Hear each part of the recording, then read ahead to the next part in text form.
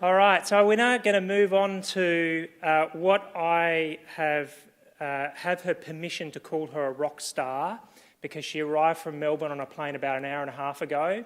She's going to speak to us, and then she's going to fly back to Melbourne, unfortunately to not so good weather back in Melbourne. She wishes she could stay here overnight. I'm going to introduce you to Rebecca Adam, Ms. Rebecca Adam, who's the branch manager with the Enterprise Design and Change Management with the National Disability Insurance Agency, NDIA. And Rebecca's going to be joined by Therese. So welcome to Rebecca.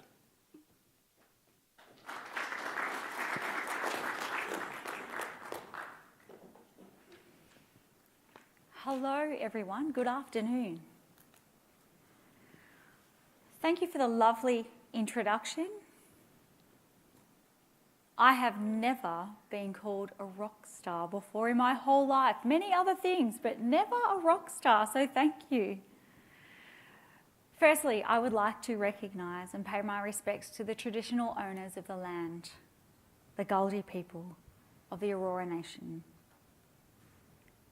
And I'd like to pay my respect to their elders, both past and present. I want to also thank you all for having me here today. I thought I'd begin with giving you a little of my background. I was born a deaf person. I come from a deaf family. So yes, I guess according to the status quo, everyone in my family has a disability.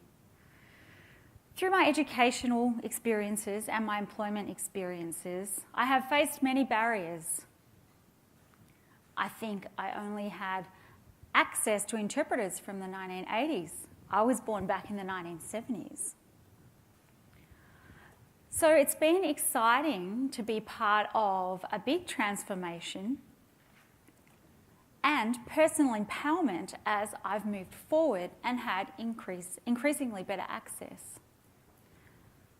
So, for an example, when I was at school, I didn't have interpreters. I would sit in the classroom and have no idea what was going on.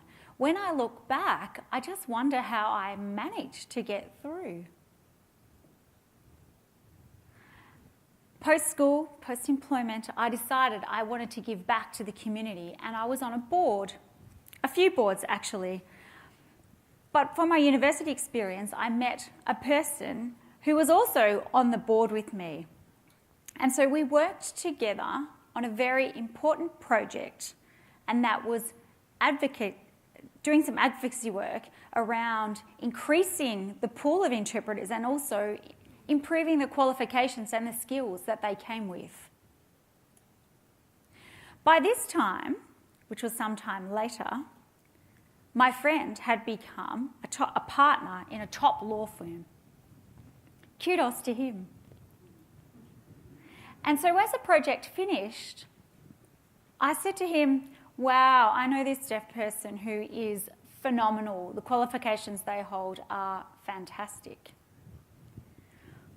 This person who is deaf as an example, I asked this person if they were to employ them, would they offer them interpreting support as an example?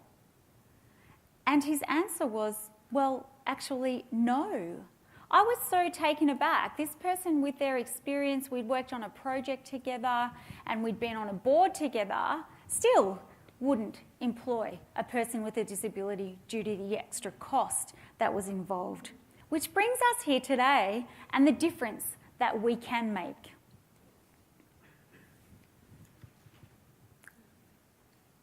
I will be talking specifically about employment and how we can collaboratively work to achieve the goals of the NDIS. The intent is to build community capacity and to provide reasonable and necessary supports to include participants in the workforce. Oh, I managed the clicker beautifully. The NDIS funds reasonable and necessary supports for Australians with permanent and significant disability. These supports allow participants to live an ordinary life through care, support, and developing their capabilities so they can be active participants in education, community activities, and employment.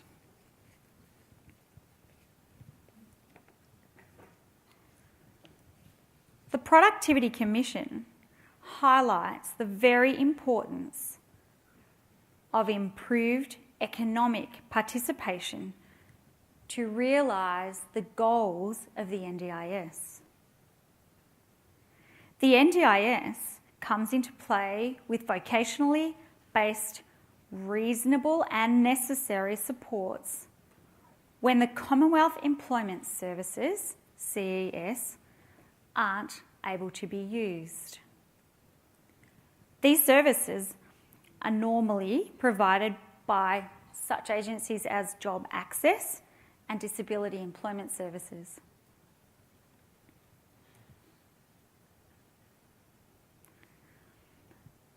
The funding that are usually provided by the NDIS are regarding capacity building in a program called Finding and Keeping a Job. So the NDIS will provide funding for things such as personal care attendant, personal hygiene, feeding, where necessary, and for functional purposes, for aids such as wheelchairs, for aids and technologies that are required for work-specific activities, the EAF funding covers that. I'm pleased to share with you all the key projects that are in the pipeline at the moment, and there's 5 of them. And we are working with organisations and other departments outside of the NDIS collaboratively to achieve successful project results.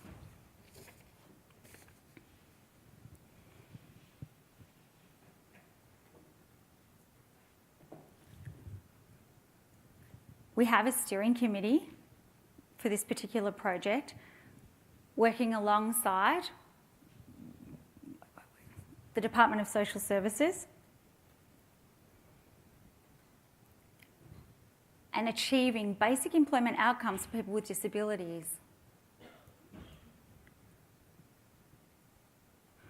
We're working collaboratively to resolve barriers that people face every day in terms of employment, and at the same time developing capabilities.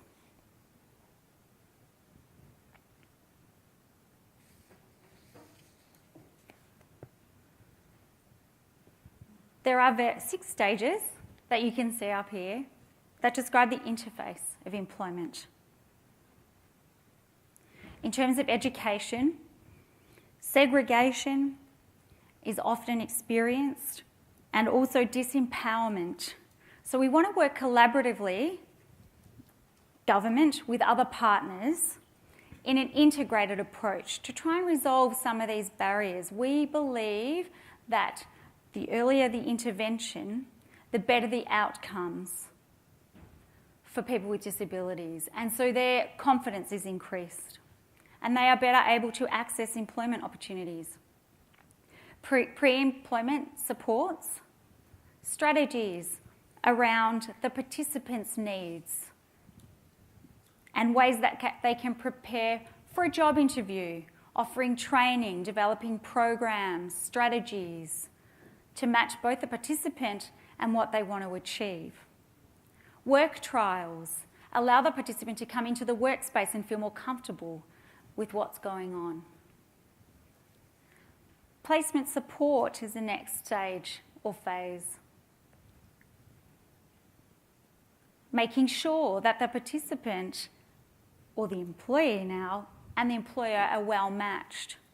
Post-placement support is another critical element, offering training, making sure that it's appropriate, making sure that the workplace and the person can work together.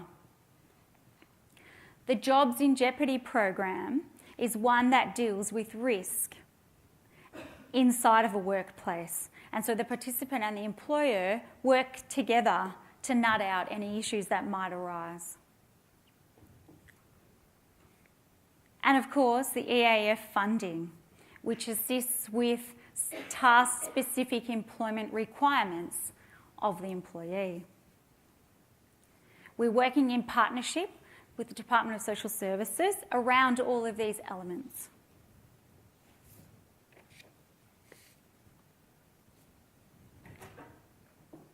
Another program that we're working on currently is School Leavers Employment Support, SLES.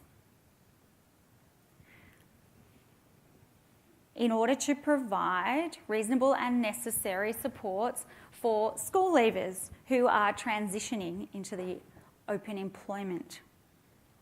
We offer them support for up to 2 years. They are Year 12 students to develop capacity, confidence, and pathways into employment. Participants have the choice around what types of support they want to access.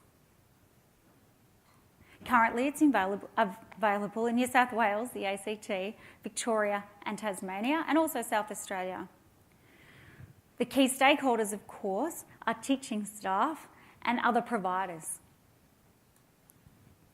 Participants are able to access up to $21,000 to make sure we can develop strong pathways, appropriate service access, and achieve great outcomes.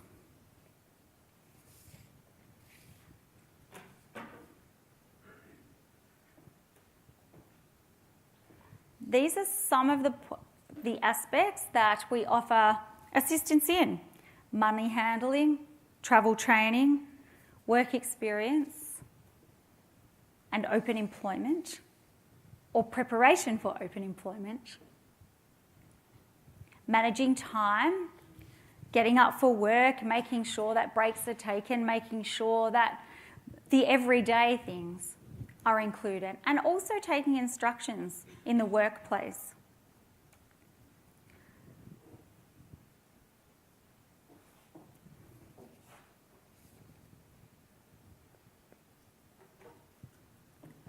Another project we have in the pipeline right now is social procurement.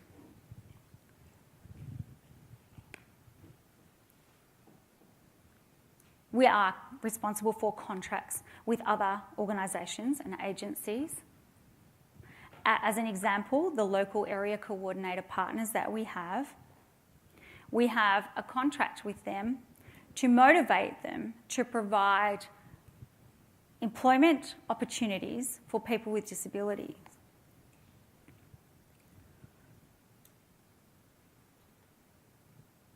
That also then becomes part of their workplace strategy.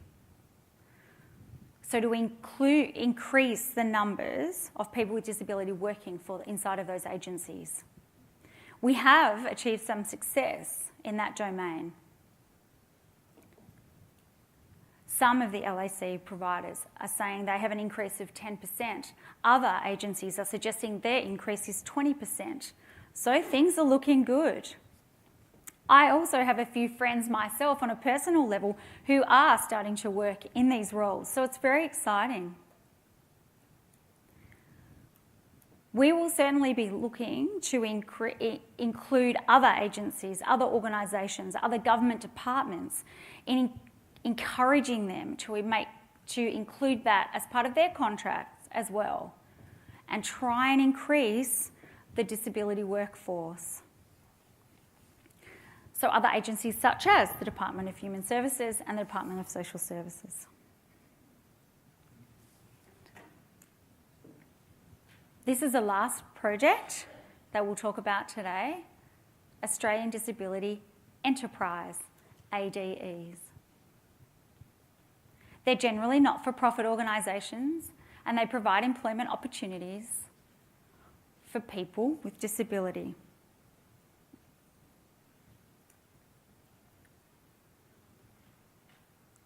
They're currently employing around 20,000 people with severe to moderate disability.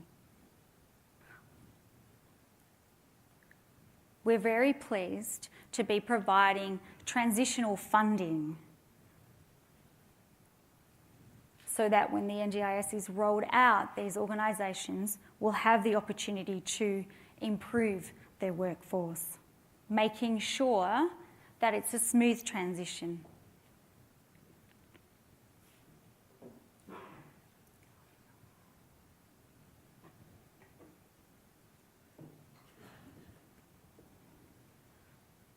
So we're wanting to provide a staged approach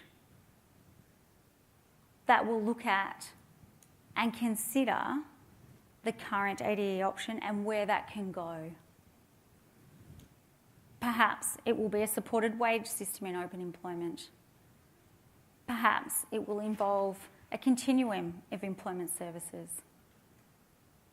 We need to have innovative and creative thinking for supported employment and what that looks like and what that means for people, all based on the principles of inclusion and community ownership.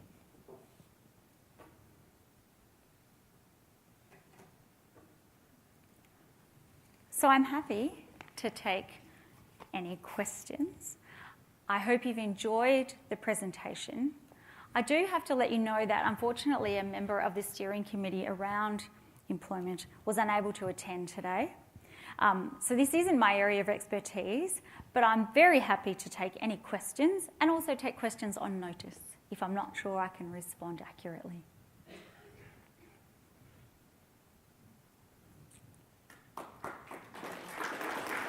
Thank you.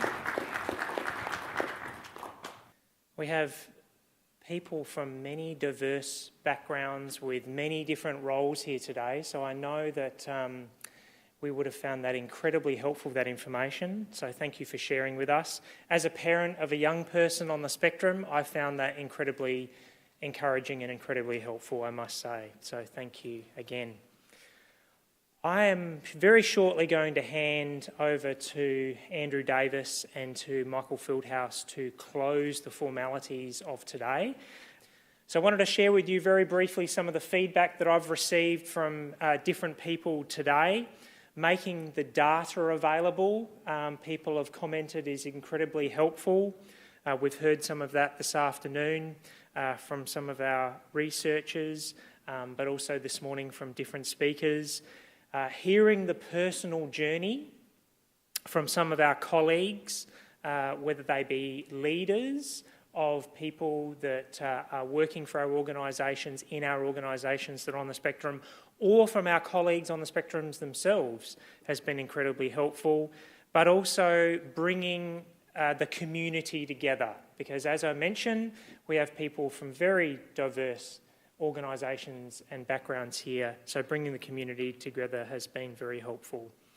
The slides will be available, so all of the information that has been presented to you today will be made available to you in the coming weeks, so look out for that information. But with that, I'm going to hand over to Andrew Davis and to Michael Fieldhouse to close the formalities for today.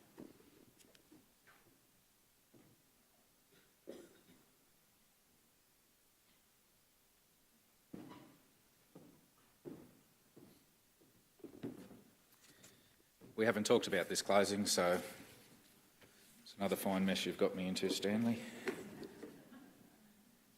Are we doing this as a double act or a... Yeah, double act, okay. First of all, I want to thank people who put a lot of time and effort into making today happen. So to all our presenters, thank you very much for the time you've given. To our sponsors again, ANZ, SAP, Symantec, Life Without Barriers, People Bank, La Trobe University, University of Queensland Business School and Optimise. Thanks. We wouldn't be able to provide all the things we've been able to provide at the price we provided it and at the quality it's been provided without your support. So thank you to all those organisations. I have to thank Michael for the work that he's done and his team have done to make this happen, and also the team at Autism CRC who've worked tirelessly. They've actually organised 4 major events this week, one Monday, one Tuesday, today, and there's a 3-day conference starting tomorrow. So they've done a fantastic job to manage all of that. stay reasonably sane. I think it's probably a fair comment. So thank you to the team for that. We don't want to let this stop here, and maybe Michael will talk further about this, but out of this we'd like to encourage continuing conversations, particularly amongst employers and those working with employers and those being employed, to further the lessons and deepen the data, if you like, so that we can continue to build from the beachhead that's now being established. We're going to talk further after the forum about how we might do that. We'll probably, if you like, I don't know whether it's a special interest group or some sort of online forum or more events like this, just to get people together and to continue to build and learn from each other. So stay tuned for that sort of thing. And the last thing I'd like to say is that we're trying to change not just workplaces, it's just one community. We're trying to build diversity in many ways, and neurodiversity, as was said by Suzanne up front, is just the next sort of stage of building diverse workplaces.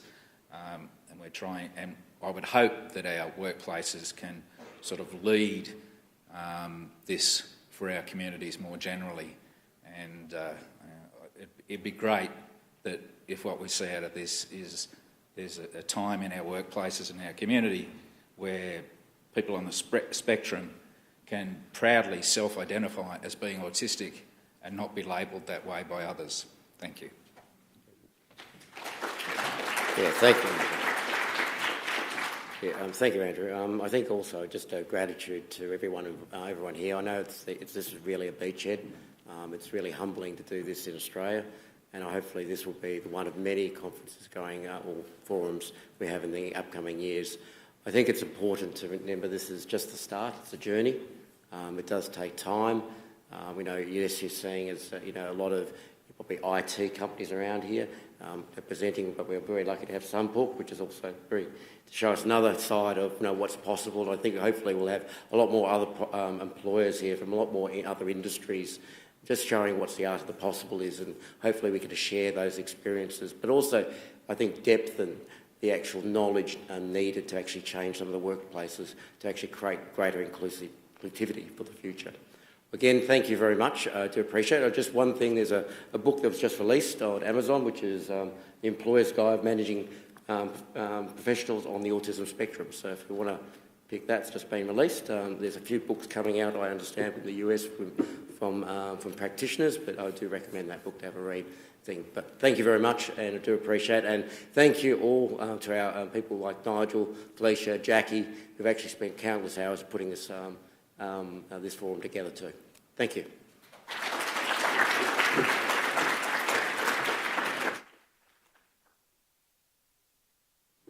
And I should thank Callan for being our MC today too. They always forget the MC for some reason. Where is he? Thanks, Callan. Great job. Cheers. Well done, Callan.